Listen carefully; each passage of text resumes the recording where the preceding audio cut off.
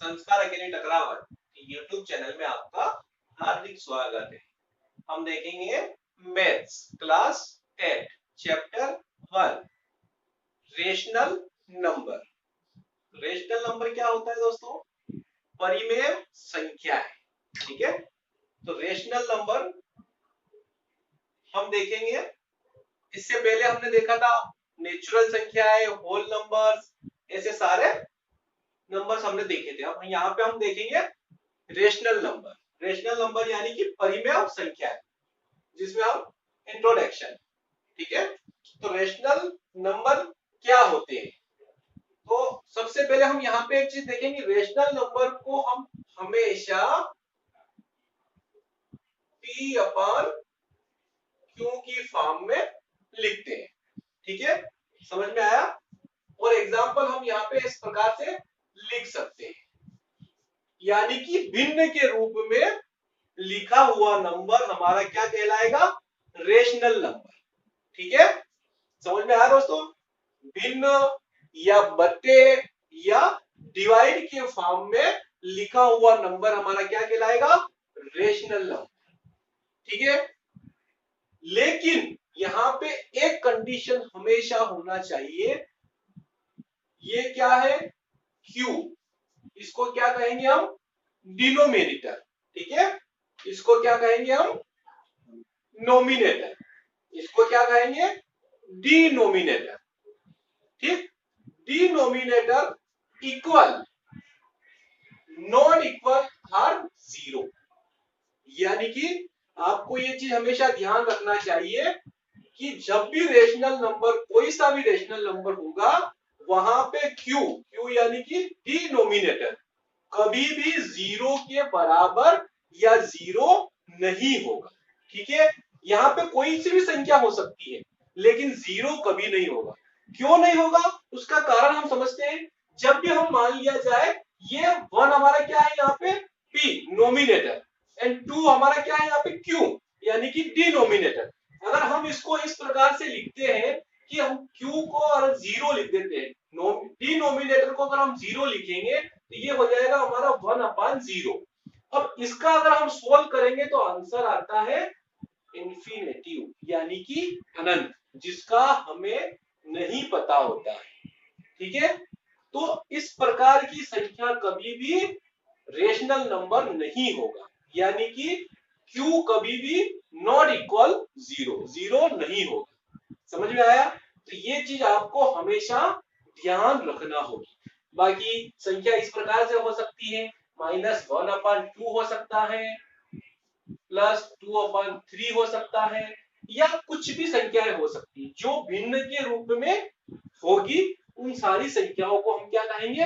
Rational number कहेंगे। Okay, natural number यानी कि प्राकृत संख्या है, जो 1 से स्टार्ट होके 2, 3, 4, 5 से लगाकर इन्फिनिट यानी कि अनंत तक जाती है। वो सारे नंबर्स जो 1 से स्टार्ट होके अनंत तक जाते हैं, इन्फिनिट तक जाते हैं, क्या कहलाते हैं? Natural number. ठीक है, समझ में आया? यानी कि 1 से पहले कोई सा भी नंबर नेचुरल नहीं होगा। 1 से बड़ा, 1 और 1 से बड़ा जितने भी नंबर हैं वो सब क्या होंगे? नेचुरल नंबर, जो कहां तक जाते हैं? इन्फिनिट तक। ठीक है दोस्तों, हम दूसरा देखते हैं, होल नंबर। ठीक है, इनको कहेंगे हम, नेचुरल होता है प्राकृत संख्या, होल नंबर होता है पूर्ण संख्या। ठीक है, ये स्टार्ट होती है हमारी जीरो से, 0, 1, 2, 3, 4 ऐसे करते हुए इन्फिनिट तक। यानी कि होल नंबर कौन से नंबर? वे सारे नंबर जो 0 से स्टार्ट होके 0 से इन्फिनिट अनंत तक जाते हो, सारे नंबर क्या कहलाते हैं? होल नंबर कहलाते हैं। तो अगर आपसे क्वेश्चन में पूछा जाए कि नेचुरल नंबर और होल नंबर में डिफरेंस क्या है, तो आप क्या कहेंगे? 0 is a whole number but natural number start to 1, 0 is a not natural number. ठीक है, समझ में आया? इसको हम दो प्रकार से कह सकते हैं। कैसे? जीरो नेचुरल नंबर नहीं है, ठीक है, एंड सारे नेचुरल नंबर होल नंबर होते हैं। आप देखो नेचुरल नंबर कहां से स्टार्ट हो रहे हैं?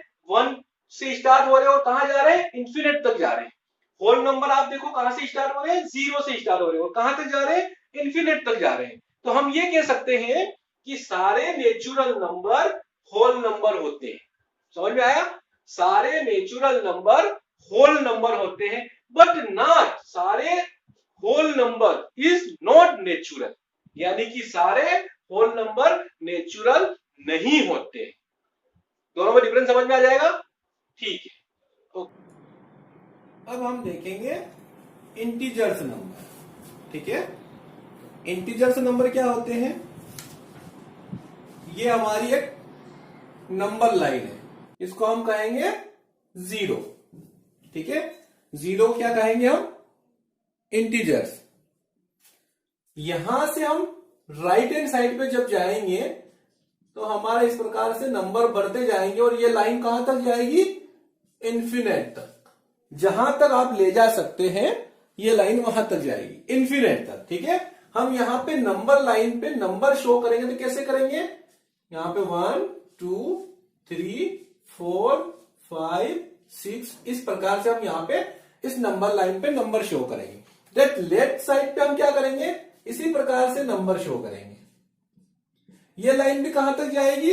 ये लाइन भी इन्फिनिट तक जाएगी, ठीक है। जहां तक आप ले जा सकते हैं ये लाइन वहां तक जाएगी। इस पे नंबर कैसे शो होंगे? यहां पे यह इसी प्रकार नंबर शो होंगे यहां पे भी, जिस प्रकार से राइट हैंड साइड पे हुए थे, लेकिन ये क्या होंगे? माइनस। ये नंबर सारे क्या होंगे? माइनस, ठीक है। तो इसको हम कहेंगे इंटीजर। जीरो को क्या कहेंगे हम? Integer. Then right hand side के नंबर को हम कहेंगे पॉजिटिव इंटीजर्स। क्या कहेंगे? क्या कहेंगे? Positive integers. ये कौन से होंगे? राइट हैंड साइड पे positive integers. Then left side पे क्या है? सारे माइनस, यानी इसको क्या कहेंगे हम? Negative integers. क्या कहेंगे? Negative integers. तो जीरो हो गया हमारा इंटीजर्स, राइट हैंड साइड पे हो गए हमारे positive integers, then left side पे हो गए हमारे नेगेटिव इंटीजर्स, ठीक है। हम एक संख्या ले लेते हैं कोई भी, a/b। ये हो गया हमारा क्या? इंटीजर्स नंबर, ठीक है। आपके जैसे कि हम यहां पे कह सकते हैं, यहां पे लिखा हुआ है 1।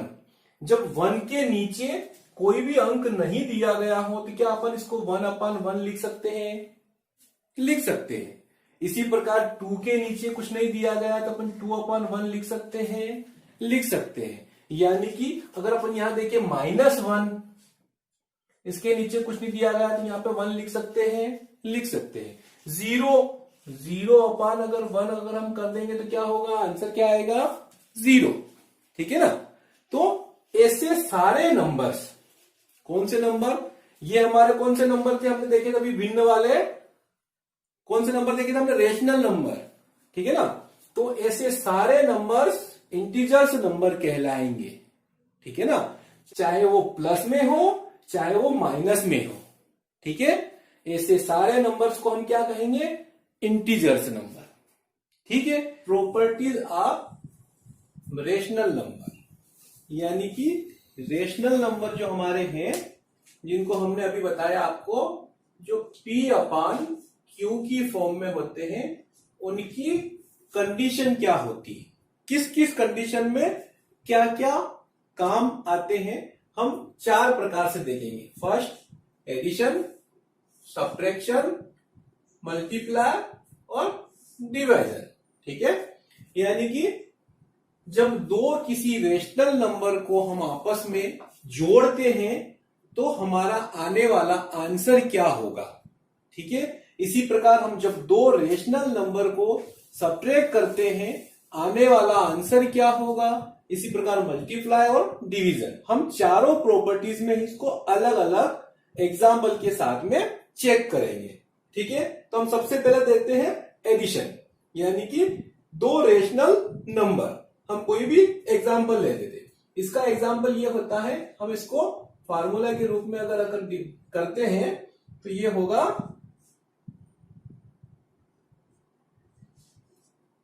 ठीक है। कहने का मतलब यहां पे ये होता है कि अगर दो रेशनल नंबर, ये हमारे कोई भी दो रेशनल नंबर हो गए हैं, इनको अगर आपस में हम जोड़ते हैं तो क्या परिणाम आता है, जो परिणाम आता है वो क्या रेशनल होता है या नहीं होगा। ठीक है, तो हम यहाँ पे कोई भी एग्जाम्पल ले लेते हैं। जैसे मान लिया जाए हमने यहाँ पे लिख लेते हैं 6/9 प्लस 2/9। ये हमारा क्या है, दो रेशनल नंबर है। ठीक है, इनको हम अगर सोल्व करते हैं तो क्या होता है 6, यानी ये हो जाएगा हमारा 8/9। तो क्या ये हमारा रेशनल नंबर है, तो ये हमारा रेशनल नंबर हुआ। ठीक है ना, 8 क्या है हमारा रेशनल नंबर है। हम नेक्स्ट प्रॉपर्टी चेक करते हैं सब्ट्रैक्शन।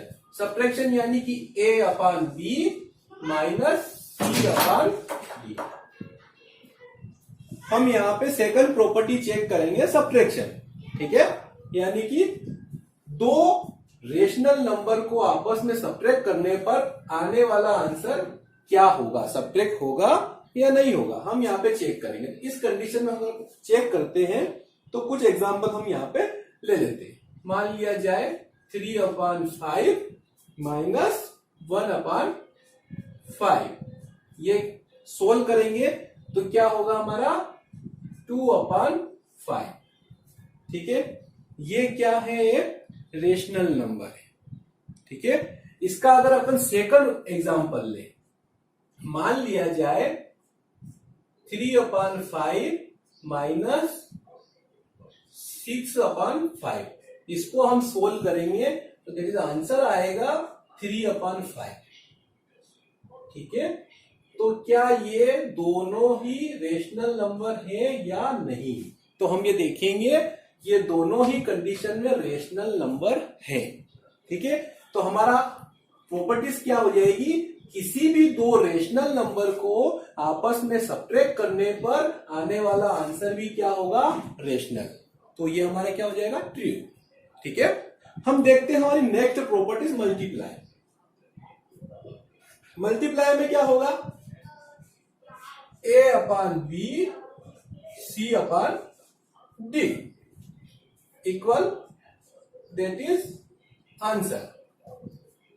A/B और C/D इंटू जो आने वाला आंसर होगा वो क्या हमारा रेशनल नंबर होगा या नहीं होगा। किसी भी दो रेशनल नंबर के मल्टीप्लाई करने पर आने वाला आंसर क्या होगा ये हम चेक करेंगे। तो कुछ एग्जांपल हम यहां पे ले लेते हैं। A/B के लिए हम मान लेते हैं 6/4, दैट इज यहां पे अपन कर लेते हैं 9/,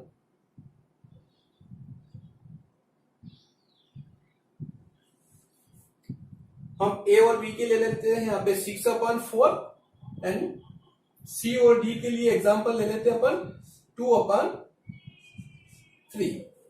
ठीक है, तो इसको हम सॉल्व करेंगे तो आंसर क्या होगा हमारा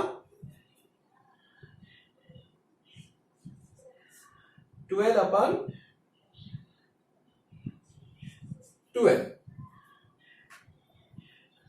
ठीक है, 1 से 1 काट दो, 1 से 1 काट दो, आंसर हो गया 1/1 R1। हम इसको ये चेक करेंगे, जब दो किसी रेशनल नंबर को आपस में मल्टीप्लाई किया आने वाला आंसर क्या हुआ हमारा 1/1, और 1/1 को हम क्या लिख सकते हैं, 1 लिख सकते हैं, यानी कि ये भी एक क्या हुआ हमारा रेशनल नंबर। ठीक है, तो हम यहाँ पे भी ये कहेंगे कि टू रेशनल नंबर को आपस में मल्टीप्लाई करने पर आने वाला आंसर भी क्या होगा हमारा रेशनल होगा। ठीक है, हम नेक्स्ट प्रॉपर्टी चेक करते हैं डिवीजन। ठीक है, डिवीजन यानी कि A/B divide C upon A upon B divide C upon D, that is answer जो आएगा वो क्या होगा। ठीक है, इसके लिए हम यहाँ पे कुछ एग्जांपल ले लेते हैं। एग्जांपल में अगर मान लिया जाए हम यहाँ पे कोई भी संख्या ले लेते हैं 2/3 डिवाइडेड बाय 3/5,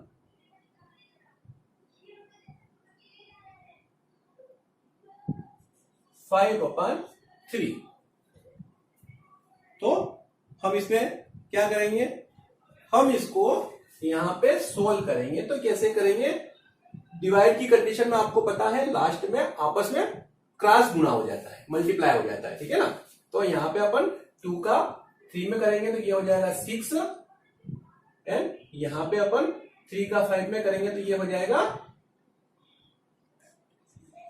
50। ठीक है, तो किस प्रकार से हमारा आंसर आएगा, वो आएगा यहां पे 6/15, जो कि एक रेशनल नंबर है।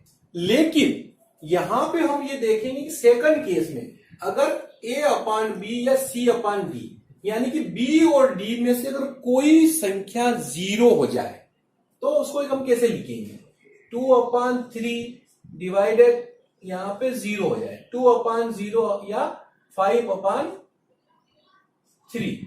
इस केस में आने वाला आंसर क्या हो जाएगा, इन्फिनिट, जो कि एक रेशनल नंबर नहीं होगा। तो हम ये कहेंगे कि ये नॉट इक्वल, दो किसी भी रेशनल नंबर को आपस में डिवाइड करने पर आने वाला आंसर रेशनल हो सकता है, लेकिन नॉट कभी नहीं होना चाहिए बी और D equal of 0, B and D equal 0। कभी भी बी एंड डी 0 के बराबर नहीं होना चाहिए। इस कंडीशन में हमारा प्रॉपर्टी रहेगी, आंसर हमारा रेशनल नंबर आ सकता है। तो इसको हम क्या कहेंगे, हमेशा नहीं आ रहा इसलिए अपन इसको क्रॉस कर देंगे। तो हम यहां पे देखेंगे जो एडिशन में हमारा 2 रेशनल नंबर को हमने आपस में ऐड किया, आंसर रेशनल ही होगा। 2 रेशनल नंबर को आपस में सब्ट्रैक्ट किया, आंसर हमारा रेशनल नंबर ही होगा। मल्टीप्लाई में 2 रेशनल नंबर को हमने आपस में मल्टीप्लाई किया, आने वाला आंसर हमारा रेशनल ही होगा। लेकिन 2 रेशनल नंबर को आपस में डिवाइड करने पर आने वाला आंसर रेशनल हो ये जरूरी नहीं है। दैट बी एंड डी कभी भी 0 के बराबर नहीं होना चाहिए। ओके, अब हम देखेंगे commutative properties of rational number, यानी कि क्रमवार। अभी हमने पहले देखा था प्रॉपर्टीज ऑफ रेशनल नंबर, ठीक है। अब हम देखेंगे commutative properties of rational number, यानी कि किसी भी 2 रेशनल नंबर को आपस में क्रम बदलकर ऐड करने पर आंसर में कोई परिवर्तन होता है या नहीं होता है। ठीक है, अभी हमने क्या देखा था, 2 रेशनल नंबर को आपस में ऐड करने पर आने वाला आंसर क्या होगा, रेशनल और इरेशनल। ठीक है, अभी हम देखेंगे 2 रेशनल नंबर को आपस में क्रम बदलकर परिवर्तन कर ऐड करने पर आंसर में कोई परिवर्तन होता है या नहीं होता है, हम ये चेक करेंगे। और इसको भी हम कैसे 4 प्रकार से चेक करेंगे, एडिशन, सब्ट्रैक्शन, मल्टीप्लिकेशन और डिवीजन। ठीक है ना, तो अलग अलग प्रॉपर्टी में हम अलग अलग प्रकार से हम यहाँ पे चेक करेंगे। तो हमने यहाँ पे लिखा हुआ है कैसे, ये आप समझने की कोशिश करें, a/b प्लस c/d, ये हमारा होगा 2 रेशनल नंबर। हम इसको कह रहे हैं क्रम में परिवर्तन करके अगर जोड़ेंगे या ऐड करेंगे तो इसमें कोई आंसर में परिवर्तन होगा या नहीं होगा। तो हमने यहाँ पे लिख दिया c/d प्लस a/b, यानी कि यहाँ पे ये आगे और वो पीछे हमने क्रम बदल दिया है। ठीक है, अब हम यहाँ पे कुछ एग्जाम्पल के रूप में हम यहाँ पे देखेंगे। तो एग्जाम्पल अगर ले लेते हैं अपन यहाँ पे 2/5 प्लस हमारा हो जाएगा 4/5। ठीक है, अब यहाँ पे हम इसी प्रकार को आगे ले लेते हैं। c/d को हमने क्या लिखा है, 4/5 5, ठीक है। और a अपॉन b को हमने क्या लिखा है 2 अपॉन 5। अब इसको हम यहां पे सोल्व कर लेते हैं, तो ये हो जाएगा हमारा 6 अपॉन 5, देन ये हो जाएगा हमारा 6 अपॉन 5। तो हम यहां पे क्या कहेंगे, किसी भी टू रेशनल नंबर को क्रम में आगे पीछे परिवर्तन कर ऐड करने पर हमारे आंसर में किसी प्रकार का कोई परिवर्तन नहीं होता है, ठीक है। दोनों आंसर हमारे यहाँ सेम आ गए, हमने आगे पीछे क्रम में चेंज करके लिखा, उसके बाद भी आंसर हमारा क्या आया, सेम आया। तो हम क्या लिखेंगे यहाँ पे, कम्यूटेटिव प्रॉपर्टी में एडिशन की कंडीशन में कोई परिवर्तन नहीं होता है, ठीक है। हम चेक कर लेते हैं सब्ट्रैक्शन की कंडीशन में, क्या सब्ट्रैक्शन की कंडीशन में कोई परिवर्तन होता है या नहीं होता है, ठीक है। हमने इसी प्रकार से यहां पे लिखा है a upon B minus C upon D equal C upon D minus A upon B, यानी कि हमने इनका क्रम चेंज करा है और कुछ भी हमने यहाँ पे नया ऐड नहीं करा है, ठीक है। तो हम कुछ एग्जांपल ले लेते हैं। a अपॉन बी को हम लिख देते हैं 1 अपॉन 5 माइनस 3 अपॉन 5, इसी प्रकार, ठीक है ना। इसी प्रकार हम इसी को सेम लिख देते हैं। c अपॉन डी को हमने लिखा है यहाँ पे 3 upon 5 minus as it is a upon B को हमने लिखा है 1 अपॉन 5।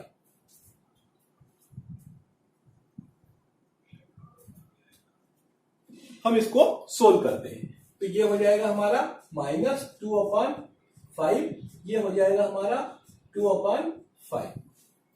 अब यहां पे हम क्या देख रहे हैं, माइनस 2 अपॉन 5 इक्वल 2 अपॉन 5, जो कि नहीं हो सकता है।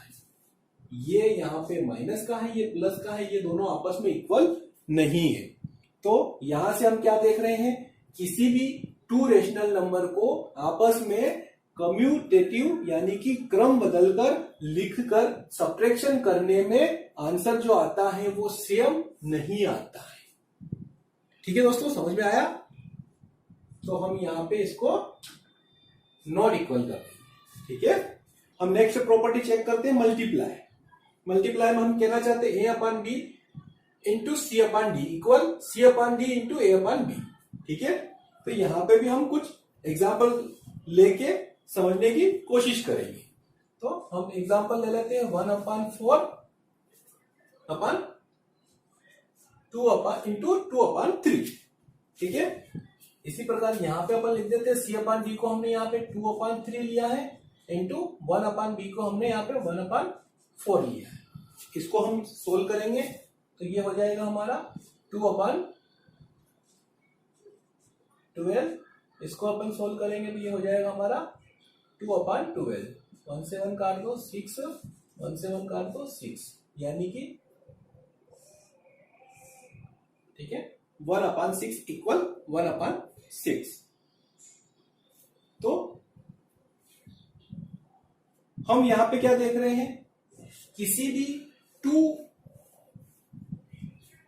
रेशनल नंबर को आपस में क्रम बदलकर मल्टीप्लाई करने पर आने वाले आंसर में कोई परिवर्तन नहीं होता है, ठीक है।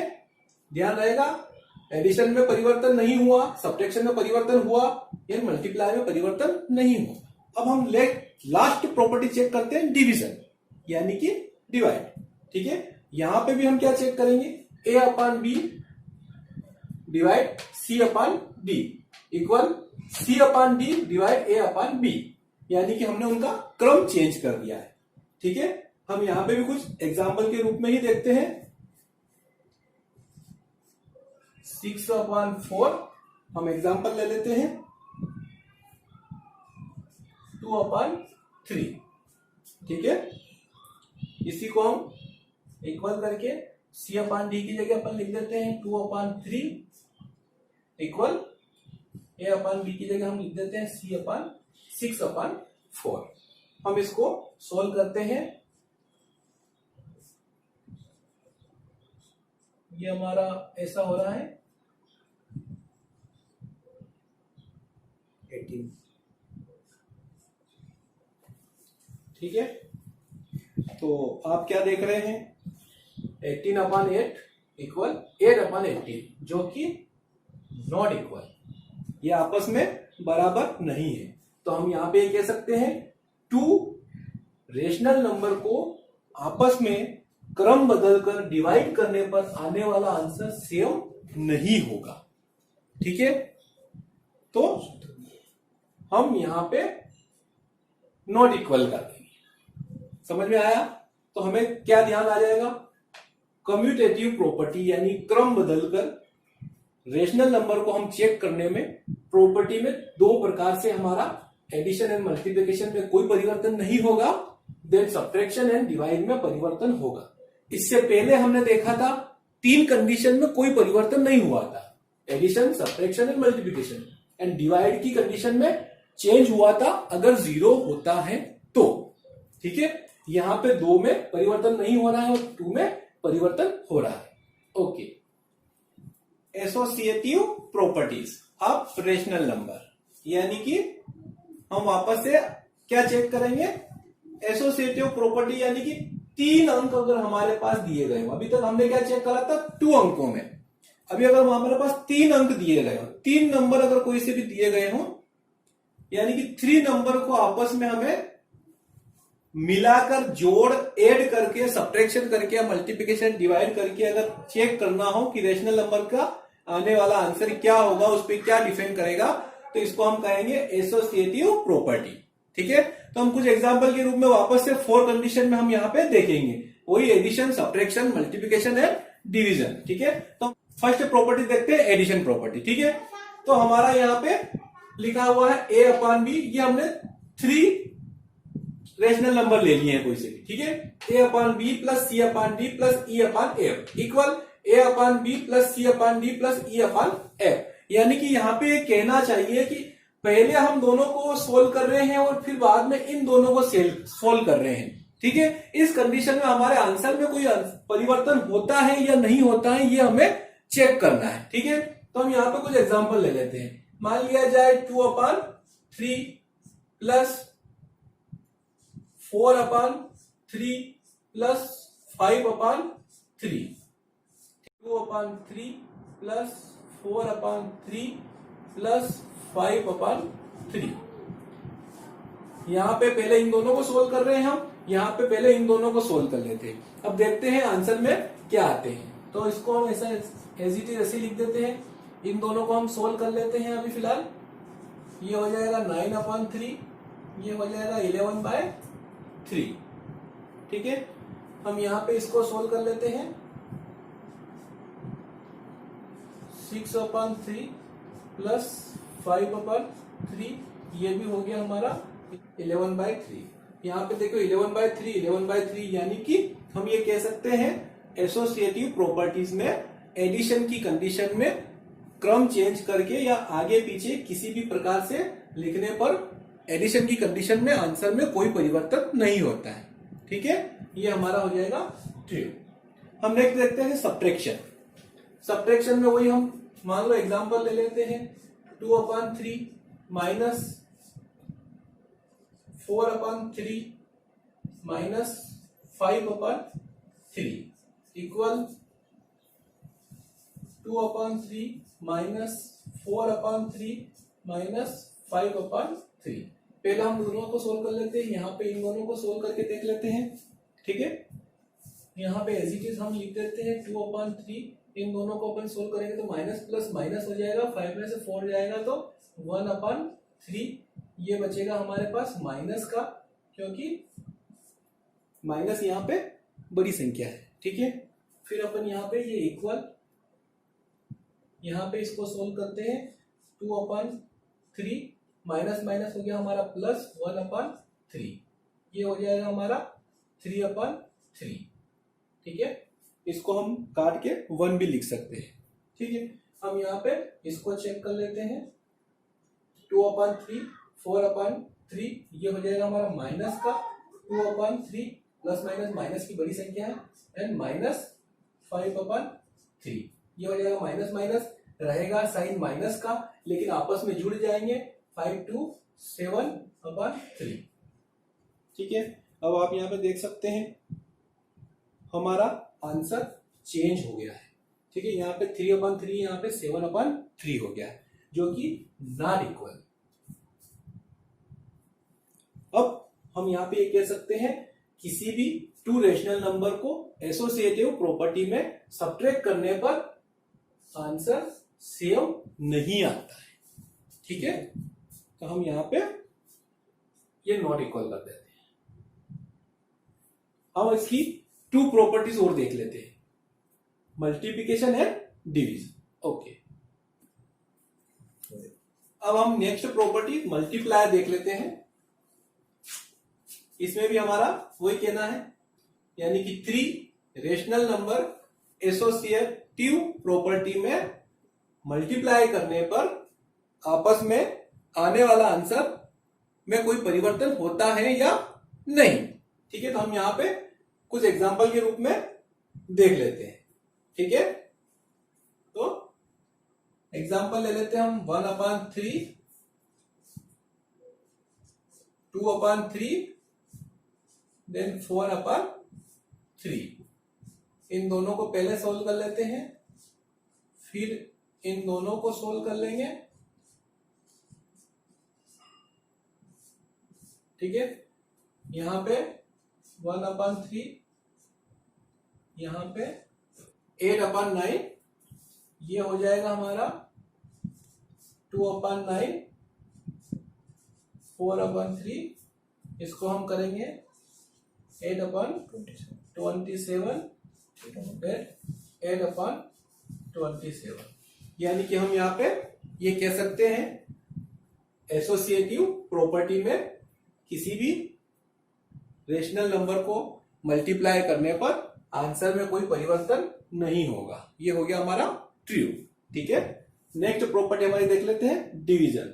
यहां पे भी हम कुछ एग्जांपल लेके देख लेते हैं। ठीक है, यानी कि हम यहां पे एग्जांपल ले लेते हैं, जैसा कि वैसे आपने पहले देखा उस कंडीशन में आपको वैसे भी दिख रहा होगा कि यहां पे भी ये आंसर में परिवर्तन होगा, यानी फिर भी हम यहां पे देख लेते हैं कुछ एग्जांपल लेके। ठीक है,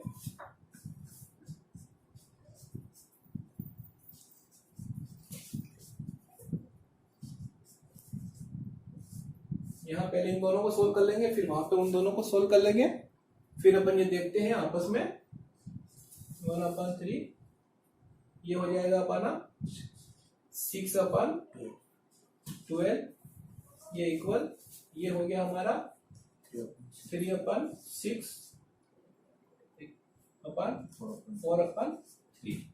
इसको हम यहाँ पे सोल्व कर लेंगे 12/18, ये इक्वल, ये हो जाएगा हमारा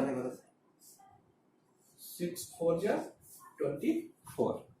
तो हम यहाँ देखेंगे ये आपस में दोनों नॉट इक्वल, तो हमारा यहाँ पे प्रॉपर्टीज बन जाएगी किसी भी एसोसिएटिव प्रॉपर्टी में रेशनल नंबर को आपस में डिवीजन करने पर आने वाला आंसर इक्वल हो, ऐसा नहीं होगा।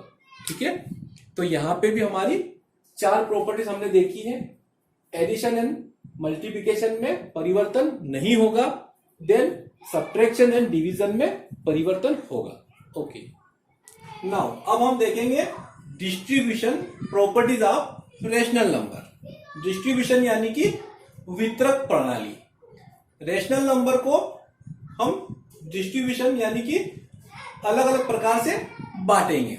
अगर हमारे पास इस प्रकार का कोई एग्जाम्पल या नंबर दिया गया हो, जिसमें हम यहां देखेंगे a/b हमारा एक रेशनल नंबर है जो मल्टीप्लाई हो रहा है c/d प्लस e/f से। अगर इस प्रकार का हमारे पास कोई नंबर होता है तो हम उसको इस प्रॉपर्टी में लिख सकते हैं, यानी कि अपन a/b इंटू c/d प्लस ये प्लस a/b इंटू e/f, यानी इसके साथ हम अलग मल्टीप्लाई कर सकते हैं, प्लस का प्लस हो जाएगा, इसके साथ हम अलग मल्टीप्लाई कर सकते हैं। हमारे आंसर में कोई परिवर्तन नहीं होगा, हम इस प्रकार से भी इसको लिख सकते हैं। ये कि ये प्रणाली हमारी माइनस यानी कि सब्ट्रैक्शन कंडीशन में भी काम करेगी। कैसे? आप यहां देखिए, यहां पे माइनस है, यहां पे प्लस है, ये हमारा एडिशन प्रणाली है और ये हमारा सब्ट्रैक्शन है। ठीक है, तो माइनस अगर चिन्ह होता है उस कंडीशन में भी हम इसको इस प्रकार से लिख सकते हैं, A upon B into C upon D. ये हो गया, माइनस का माइनस हो जाएगा A upon B into T upon F. ठीक है, आप दोनों मैंने आपके साथ में लिखे हैं, इसलिए आप दोनों को साथ में अच्छी तरह से समझ गए होंगे। माइनस और प्लस होने से कंडीशन में कोई डिफरेंस नहीं होगा, ओनली जहां पे प्लस है वहां पे प्लस लग जाएगा, जहां पे माइनस है वहां पे माइनस लग जाएगा। ठीक है बच्चों, ओके। अब हम देखेंगे editing inverse and multiplicative inverse. Editing inverse मतलब एड या माइनस की कंडीशन में इनवर्स यानी कि उल्टा। ठीक है, इस प्रॉपर्टी में हम कुछ एग्जाम्पल लेते हैं। ए अपॉन बी, हमारे पास कोई रेशनल नंबर है। ठीक है, हम इसको एडिटिव इनवर्स के रूप में अगर लिखना है तो कुछ नहीं करना है। यहां पे आप देखेंगे यहां पे कोई चिन्ह नहीं है, तो यहां पे क्या मानेंगे हम, प्लस।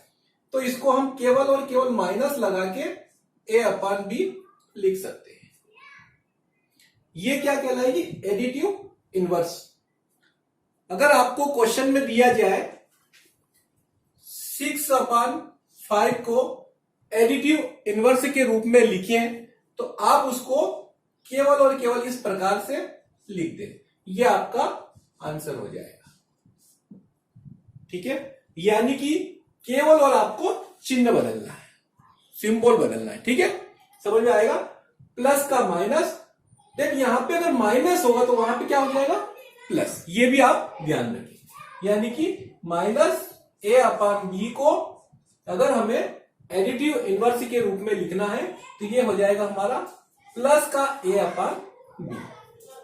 ठीक है, ध्यान में रहेगा।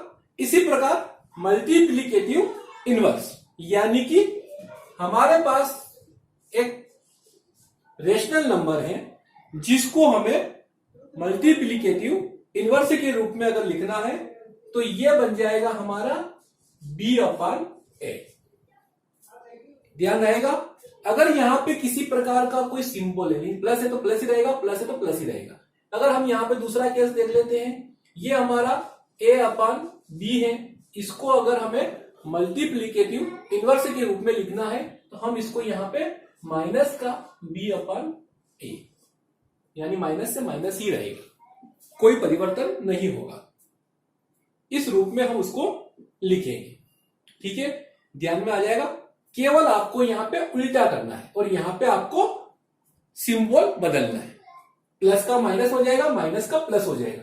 देन यहां ए बी है तो यहां बी ए हो जाएगा, यहां पे माइनस ए बी है तो यहां माइनस बी ए हो जाएगा, ओनली उल्टा हो जाएगा। ठीक है, ओके।